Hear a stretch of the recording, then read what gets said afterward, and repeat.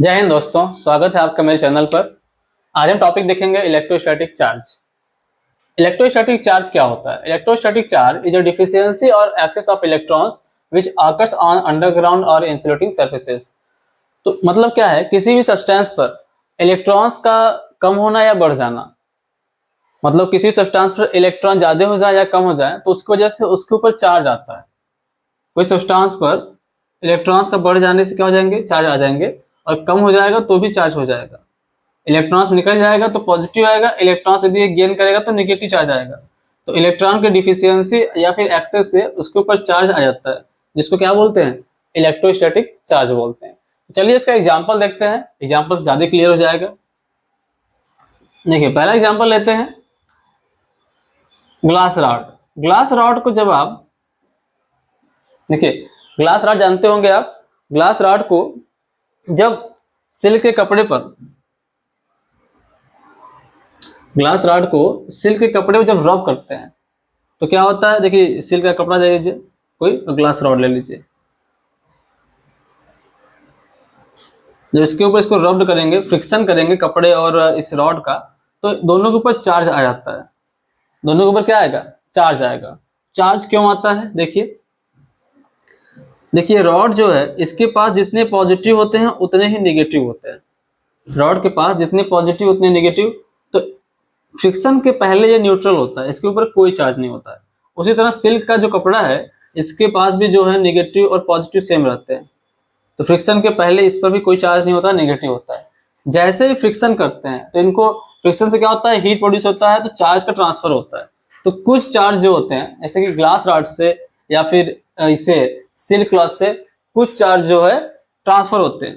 तो glass rod जो है, ग्लास रॉड से कुछ चार्ज कहाँ चला जाएगा, सिल्क क्लॉथ पर चला जाएगा। देखिए इसकी जो इलेक्ट्रॉन को बंधे रहने की जो पावर है ये कम है, ठीक है। इलेक्ट्रॉन ये ज्यादा फोर्स से अट्रैक्ट नहीं किए हुए हैं कंपेयर टू सिल्क। तो यहां से इलेक्ट्रॉन ट्रांसफर हो जाएगा सिल्क पर, सिल्क क्लॉथ पर ट्रांसफर हो जाएगा। जैसे ही एबोनाइट इस ग्लास रॉड से सिल्क क्लॉथ पर इलेक्ट्रॉन्स ट्रांसफर होंगे, इस रॉड पर क्या आ जाएगा, पॉजिटिव चार्ज आ जाएगा, और जो सिल्क है इस पर नेगेटिव चार्ज आ जाएगा। तो इन्हीं चार्ज को ही क्या बोलते हैं, इलेक्ट्रोस्टैटिक चार्ज बोलते हैं, ठीक है। चार्ज का ट्रांसफर क्या कर रहा है यहाँ पर, मतलब चार्ज ट्रांसफर होने से, इलेक्ट्रॉन के ट्रांसफर होने से इनके ऊपर जो चार्ज आया वही क्या बोलेंगे, इलेक्ट्रोस्टैटिक चार्ज। सेकेंड एग्जांपल देखिए, सेकेंड एग्जांपल है एबोनाइट रॉड। देखिए एबोनाइट रॉड को हम रब करते हैं उससे, फर से, फर या फिर वूल से। तो दोनों को एक दूसरे में रब करते हैं तो इसमें क्या होता है कि फ्रिक्शन से इसमें भी इलेक्ट्रॉन्स का ट्रांसफर होता है। जब इसमें फ्रिक्शन होगा तो इसमें क्या होगा, इलेक्ट्रॉन्स का ट्रांसफर होगा।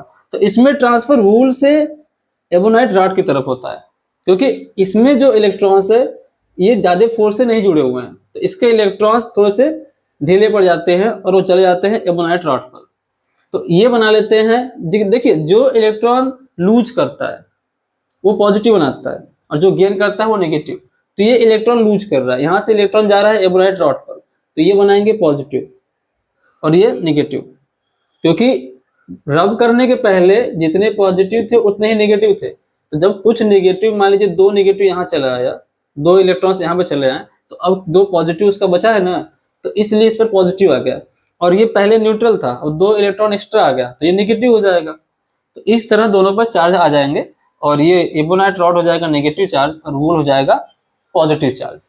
तो इस चार्ज को क्या बोलते हैं, इलेक्ट्रोस्टैटिक चार्ज बोलते हैं। और भी एग्जाम्पल हैं, जैसे कि जब हम अपने पेन या पेंसिल को अपने हेयर पे रब करते हैं, पेन या पेंसिल को हेयर पे जब रब करते हैं, ऐसे रब करते हैं, तो उसके ऊपर भी चार्ज आ जाता है। आप चाहे तो उस चार्ज को चेक कर सकते हैं कि चार्ज है कि नहीं। तो आप छोटे छोटे कागज के टुकड़े कर लीजिए, पेपर को काट लीजिए छोटे टुकड़ों में, और उसको उस पेंसिल को रब करके उसके पास ले जाइए, टुकड़ों के पास, कागज के टुकड़ों के पास, तो अट्रैक्ट करता है। मतलब क्या है, चार्ज है। और वो चार्ज कितने समय तक रहता है, कुछ समय तक, ठीक है। तो उसे बोलते हैं इलेक्ट्रोस्टैटिक चार्ज। ध्यान रखिएगा चार्ज परमानेंट नहीं होता है, ये कुछ ही समय तक के लिए होता है, ठीक है। अब देखते हैं एक और टॉपिक आता है इसी में, जैसे कि इलेक्ट्रोस्टैटिक चार्ज से रिलेटेड एक टॉपिक आ जाएगा, इलेक्ट्रोस्टैटिक फोर्स।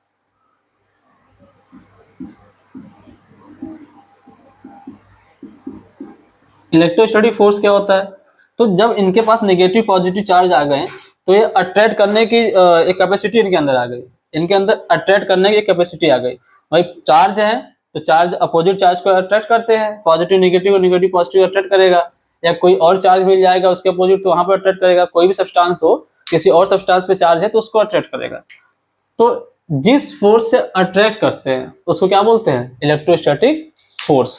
तो ये चार्ज की वजह से अट्रैक्ट करते हैं, और अट्रैक्ट करने के जो जो फोर्स लगाते हैं, जिस फोर्स से अट्रैक्ट करते हैं उसी फोर्स को क्या बोलेंगे? Electrostatic force. और ये जैसे ही ये अट्रैक्ट कर लेते हैं, एक बार अट्रैक्ट कर लेंगे किसी चीज को तो इनका जो चार्ज है वो न्यूट्रल हो जाएगा। जब चार्ज न्यूट्रल हो जाएगा तो फिर दोबारा किसी को अट्रैक्ट नहीं करेंगे, क्योंकि चार्ज जब तक था तभी तक अट्रैक्ट कर सकते हैं। चार्ज एक बार न्यूट्रल होने के बाद अट्रैक्ट नहीं करेंगे।